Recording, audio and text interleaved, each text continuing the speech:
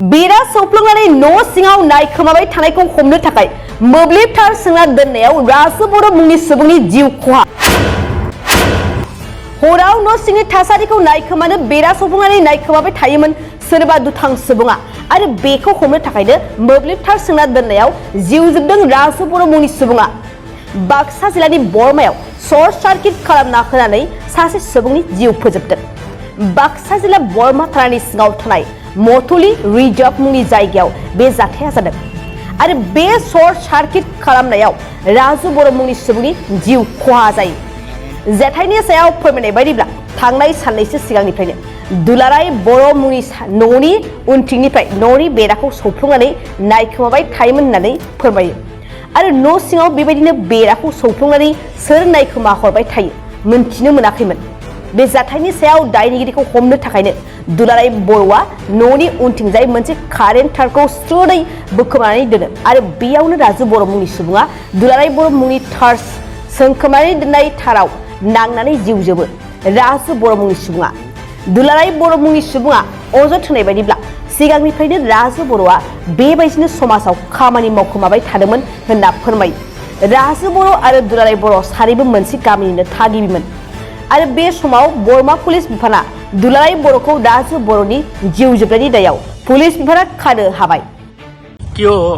কেনেকে হল ঘটনাটো? কেনেকে হল মানে আপনার এই শনিবাৰৰ পৰা আপোনাক ধৰিছে আজি থানায়? থানায় ধৰিছে। কিয় আনিলে? কিয় মানে আপোনাৰ এই কাৰেণ্ট শ্বট দিয়া গৈছিল। আপুনি? মই দিয়া গৈছিল। কি কাৰণত কাৰেণ্ট শ্বট দিছে? এই কাৰণত মানে এই 3 দিন শনিবাৰৰ পৰা শনি ৰবি সোম মংগল যোৱাকালি হ'লে এই 3 দিনৰ পিছত কাৰেণ্ট শ্বট দিয়া গৈছে। বাৰী পিছফালে দি জংঘল মস্ত। কি কাৰণত দিছিল কাৰেণ্ট শ্বট? কাৰেণ্ট শ্বটটো আপোনাৰ এই মোৰ এই বাঁহৰ বেৰা এটা দুটা ৰুমৰ বাকী তৰ্জা হ'লে আপোনাৰ এই তৰ্জাটোও এই মানে এই বাৰী দি মানে ইমান লম্বা বাৰী দি মানে সানি পেলাই তৰ্জাটো ডাঙৰ বহল কৰি থৈ দিয়ে আৰু আপোনাৰ এই মাটিৰ বেৰাটোও খুব ডাঙৰ সেইকাৰণে কাৰেণ্ট শ্বট দি থৈছিল? এই কাৰণে কাৰেণ্ট শ্বট। আপোনালোকৰ একে লগৰে হয় বোলে তেখেত মৃত্যু হোৱা যোৱা? লগৰে হয়, আমাৰ এই ঘৰৰ কাষৰে। কি নাম আপোনাৰ? মোৰ নাম দুলাৰায় বড়ো ছাৰ। এতিয়া মৃত্যু হৈছে তেখেতৰ? মৃত্যু হৈছে ছাৰ। ইয়াতে বন্ধু আছিল বোলে আপোনালোকে? আপে বন্ধু আছিল।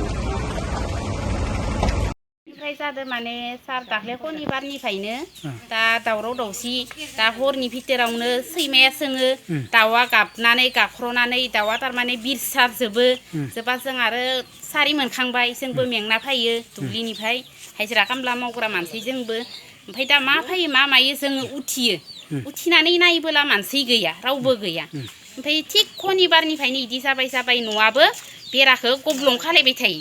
गब्लं खालायनायखौ आङो माया गब्लं खालायदो आङो इदि होननानै आङो लिरथेना दोनबाय थायो दे। दा नुवाबा आं सोरखौ हमनो? आं दिनै नुनायमोनबा आं फंसे सोबानाबाबो इ मानसिखौ जुदि आं दिनै मोननायमोनबा आं न'आव रायजोनो सोमजायना हैगौमोन। इनिखाय आं मानसिखौ नुयैनि कारणे इफोरबायदि शनिबारनिफ्राय जानायनि कारणे आङो इ लाइनखौ माबा होना दोननाय जादों सार। इयावनो लाइन माबा होनायखौ नुगोन।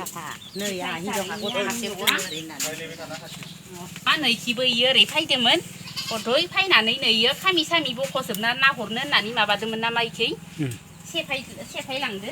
ओमफ्राय इफोरबोथ' दा खामिफोरा बोरायबाबो दोङोमोन ना खामिफोरा बोरायबाबो दोङोमोन ओमफ्राय नैखौबो सार इफोरखौ माबाजोबदो ना इयो सेफायलांदो। इखिबो सेफायलांदो नैखिबो सार थुफ्लंदोंमोन इयो। थुफ्लंनायखौ आरो आङो लिरथेना दोनबायना मियायो माया थुफ्लंदों आं मिथिया आरो नैयावबो गाखोदोंमोन नामा सार हाब्रु नांना थादों आरो इयाव ओरै थाफैबाय इयो आरो नैखिबोथ' आरो सेफायदोना इयो गब्लं जाना दोङो इखिबो सब गाग्लिनायनिसै ओमफ्राय नै सेफायनाय इयो गब्लं थारमाने मा फैयो मा मायो जोंबो मिथिया उथिया जोंबो शनिबारनिफ्रायनो घटनाया जाबाय नालाय मा जादों मा जायाखै जोंबो नुवाखै मानसि ना सेल ना मा बुस्थु जों नुयैनि कारणे सार नैयाव कारेन्ट सर्ट होनाय जादों इखिनियाव कारेन्ट सर्ट होनाय जादों मानसिया इखिनियाव गोलैना थादों मा नाममोन मानसिया मानसिनि इनि नामा राजु बर' राजिबर गामि मा गामि गामिया मैखुलि रिजार्भ रिजार्भ मैखुलि रिजार्भ इनिफ्राय इखिनियावनो मानसिया गोलैना थाबाय इयाव आरो लाइनखौ सर्ट होना दोननाय जादोंना जोंहा एख' नुवाखै जों सेलना मोखौ बोरमा जों एख' मिथिया जोंबो मेंना उन्दुना थाफायो जों दा रावखौबो हमनोनो हाया आरो धरन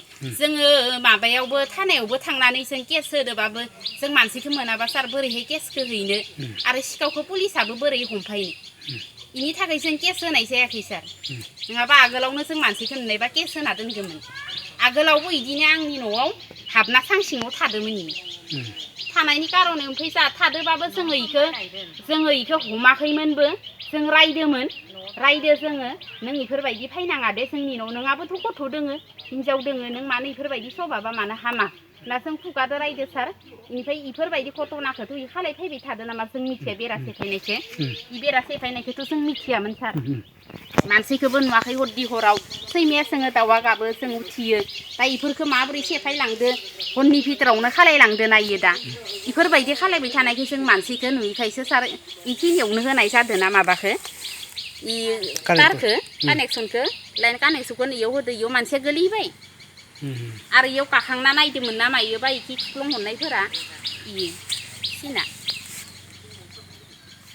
दा इखै फैनायनि कारना मामोनिया दा जोंनि न'खराव फैनानै इ न' उनखै थैनायनि कारना मामोनिया मा खावनो फैदोंमोन जों एख' मिथिया सार आंनि न'आव मा दोङो मा होनदों दुब्लिखि फैनाङामोन इ बारिखै मानो फैखो आरो नांगौमोनबा न'खरनि मानसिखौ नांगौमोनबा इ सेख्लायावनोथ' माथहरनायमोन आंखौ बाजै जायो आदा जायो बा आदा बाजै आं नोंसानि न'आव फैदों इथ' बुंनो हायोमोन ना दा इफोरखौ इयो सेफायलांबाय दा जों दिनै इयाव माबा लाइन सर्ट होना दोननायखायसो जों दिनै मानसिखौ नुबाय मिथिबाय सार आमखा राजु बर' होनना जों मिथिबाय